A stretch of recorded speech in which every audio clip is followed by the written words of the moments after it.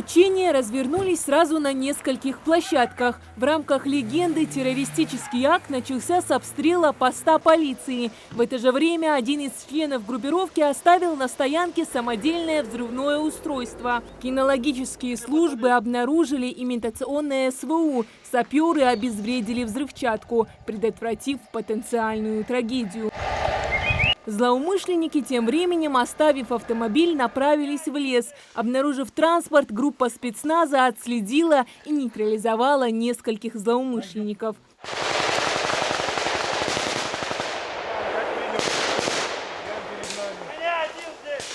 Сценарий учений включал в себя также попытку захвата учебного заведения. Благодаря слаженным действиям сотрудников силовых структур нападение было предотвращено, преступник задержан. Кульминацией стал захват террористами мэрии Назрани. Здесь они взяли в плен 5 заложников. В это время в оперативном штабе начали обсуждать дальнейшие действия. Несмотря на то, что захват был только смоделирован, план по освобождению заложников разрабатывался в особой секретности.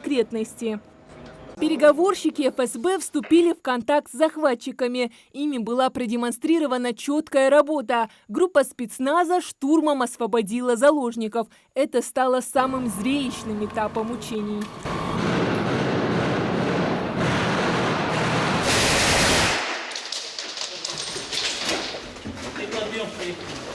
По итогам операции всех заложников удалось освободить, а злоумышленников взять живыми. Все действия были выполнены сотрудниками четко и профессионально. Цель подобных учений – отработка алгоритмов действий в чрезвычайных ситуациях в случае возникновения террористической угрозы. В рамках данных учений отработаны совместные действия по пресечению преступлений террористической направленности. Учения направлены на выявление, пресечение, предотвращение различных негативных сценариев.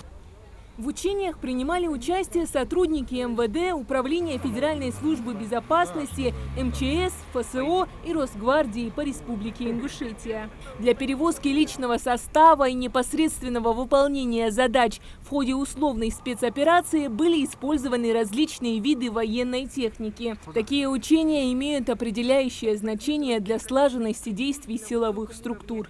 Полученный опыт, вне всякого сомнения, положительно скажется на боевой подготовке всех принимающих участие подразделений. Отдельные элементы, вероятнее всего, будут применены в ходе выполнения задач специальной военной операции. Регулярное проведение подобных мероприятий позволяет поддерживать боеготовность спецслужб на высоком уровне и гарантировать безопасность граждан России. Хадиджа Ивлоева, Султан Магушков, Магаз 24.